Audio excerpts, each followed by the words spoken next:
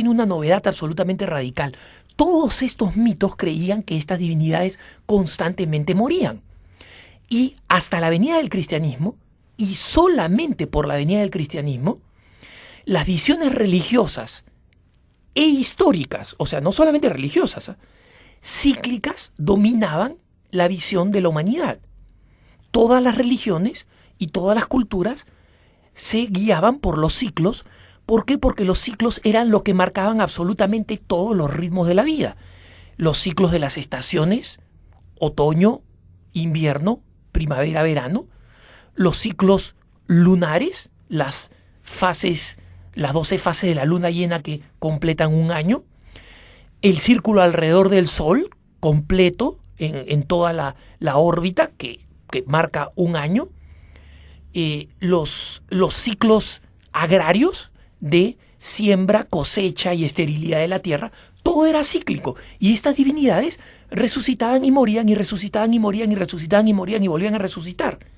Jesucristo es el único que resucita de una vez para siempre, que resucitado completa la predicación de su doctrina, que asciende a los cielos y promete que va a venir para una victoria definitiva, y en consecuencia, por primera vez, rompe la visión circular de la historia y establece una visión lineal de la historia.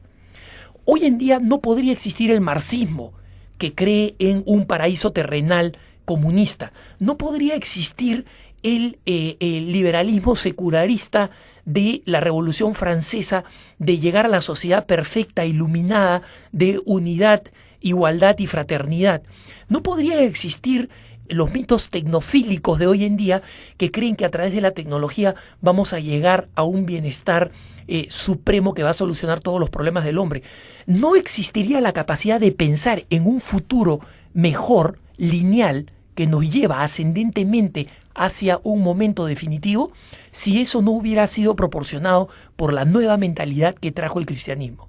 Y por eso, y este señor aburrido, que habla con un solo tono, hilando sin ninguna coherencia y continuidad en este videíto del espíritu de nuestro tiempo, este señor se olvida de señalar por qué hoy en día nadie cree en la religión de Horus, de Set o de Osiris o de Amon-Ra. ¿Por qué nadie cree en la religión de Ishtar y de Ereshkigal? ¿Por qué nadie cree en la religión de Apu, Kontik y Viracocha? Todos esos son residuos que hoy en día estudian los arqueólogos, paleontólogos, historiadores, etc. ¿Y por qué la religión cristiana, en cambio, no solamente es la religión mayoritaria en el mundo, es una fe que se vive y que se practica, sino que además ha partido la historia en Dios entre antes de Cristo y después de Cristo, y la historia se cuenta a partir de esas fechas?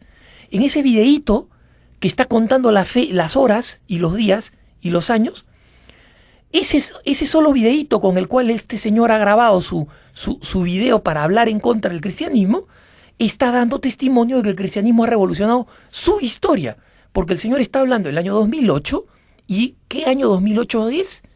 Señor aburrido de Zeitgeist, ¿2008 de qué?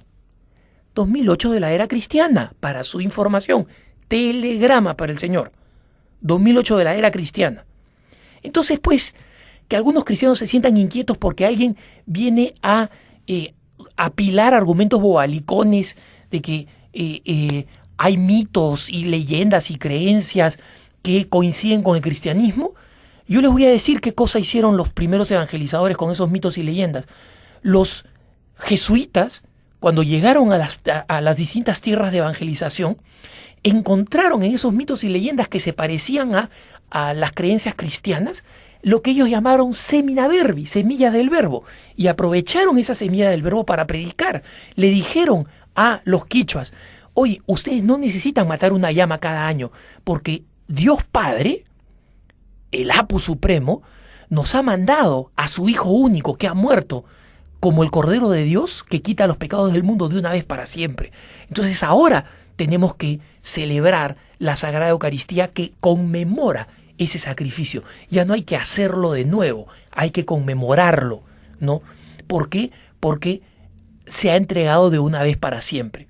Y resulta sorprendente, como observaba un gran intelectual, Víctor Andrés Belaúnde, lo poco que toma, el poco tiempo que toma, mover a los nativos peruanos, especialmente del Ande, de las celebraciones frías y que solamente se expectaban a la participación en la misa en los lugares cerrados, porque para el hombre del Ande las grandes casas eran solo los palacios prohibidos de los grandes señores, y que ahora la gran casa de la iglesia se convirtiera en la casa de todos, se convirtió en un elemento fascinante donde justamente se utilizaron estos principios y estas creencias de fe que estaban sembradas ahí como semillas del verbo. En consecuencia, que las religiones tengan porciones de verdades que el cristianismo afirma, no solamente no sirven para demostrar que el cristianismo